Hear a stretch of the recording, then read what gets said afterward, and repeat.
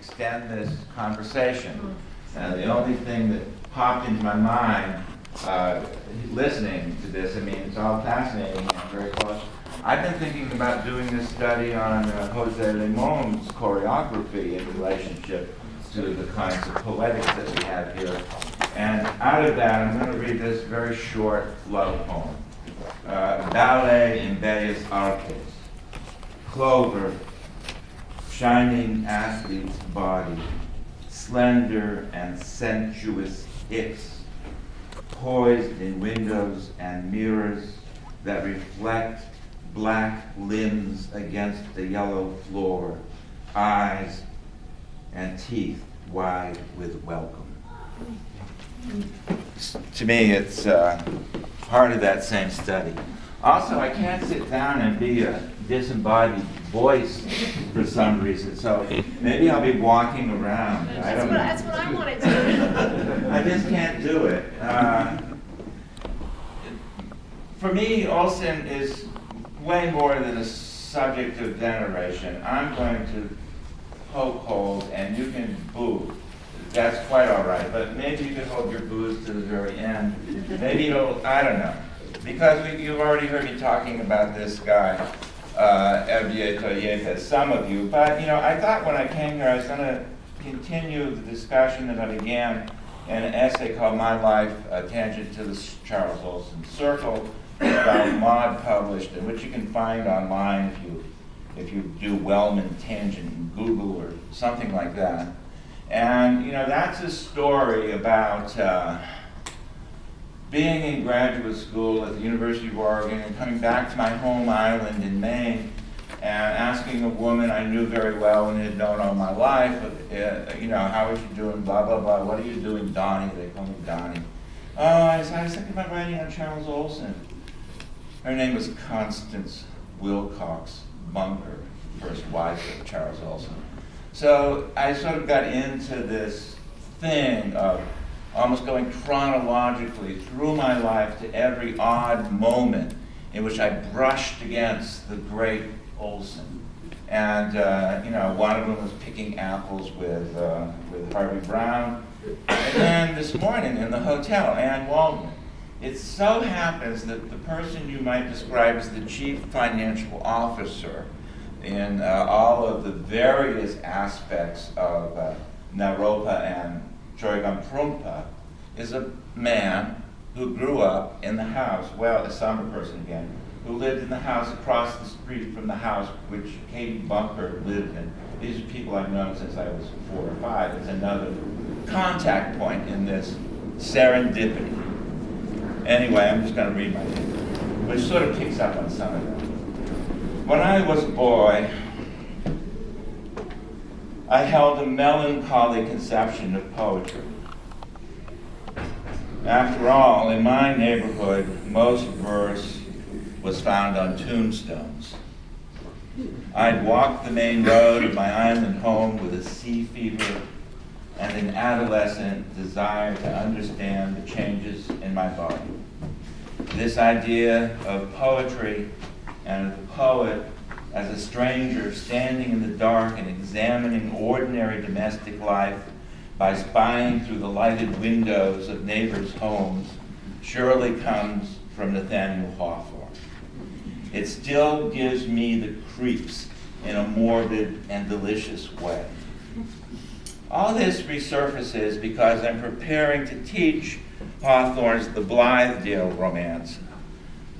Hawthorne's alter ego, Miles Coverdale, is a poet who spies upon the lives of his fellows with a power of conjecture that seems to foreshadow the worst possible turn of events, forcing, it sometimes seems, events to manifest themselves, observation generating what he claims to fear.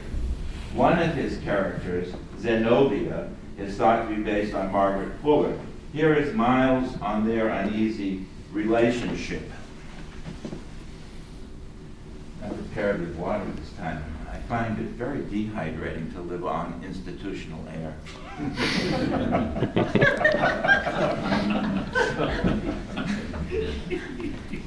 Here's Miles on Zenobia.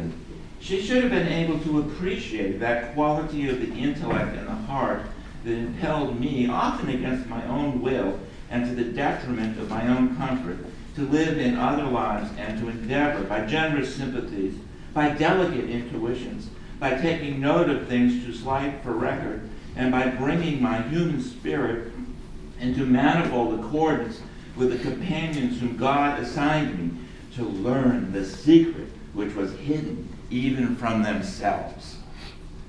Are all of us, Nathaniel, Miles, myself, and Charles Olson, melancholy jakes, saying no to the possibility of love, haunted instead by our own powers of observation, of projection? This sounds like the thesis that I evolved when I wrote on Olson and subjectivity. My text came from Olson's memories of a family evening in Worcester. You all know it.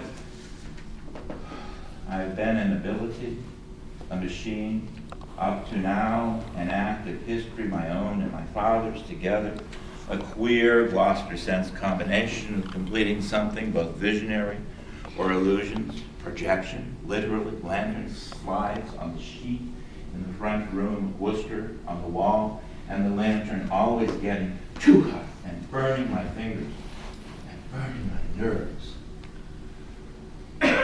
Projection, allowing one to infer the burnt fingers of a little boy, are remembered as self-punishment for masturbation. How melancholy. On the next page of the Maxim's poem is the large phallic symbol ending with the rose at the head of his father's penis. No other way to look at it. How melancholy. Haunted by failure in the male line, his own marriages, his father's aborted career, dare I say the failures of Gilgamesh, Lear, Ahab, Ezra Pound's failures too. I wrote then, Olson's insecurities fostered both brash language, overdetermined phallicisms, and self-destructive behavior. And yet it is because his poetry enacts and embodies this dynamic of insecurity that Olson continues to intrigue and inspire my meditations, first among the postmodernists. To other readers, Olson is often simply overbearing. For instance, this is what you've been waiting for, Herberto Yepes, in his recent book, finds Olson's personality and his work to be symbolic of North American imperialism. I will share my impressions of this book before returning to my theme, which happened to be Olson and autobiography. I give respectful credence to much of what Yepes offers, although it is often a tedious rant replete with inscrutable neologisms and unfounded claims. But after all, Yepes is writing as a Mexican on Olson's appropriation of Mexican material. Especially troublesome for many readers will be those claims that link Olson's unresolved Oedipal complex with the motive force of American imperial expansion, making Olson the emblematic American monster who seeks to devour a mother who is identified with Mexico, with the land and its indigenous people. Another argument made by Yepes qualifies Olson's postmodern desire to turn time into space as emblematic of fascism in its reordering of history for self-serving and autocratic purposes. You asked for booze, right? Oh, come on, let me have a hearing. We have to have tea party stuff here. We have to have tea party. Is that the level of intellectual discourse in Worcester? Yes! Keep going.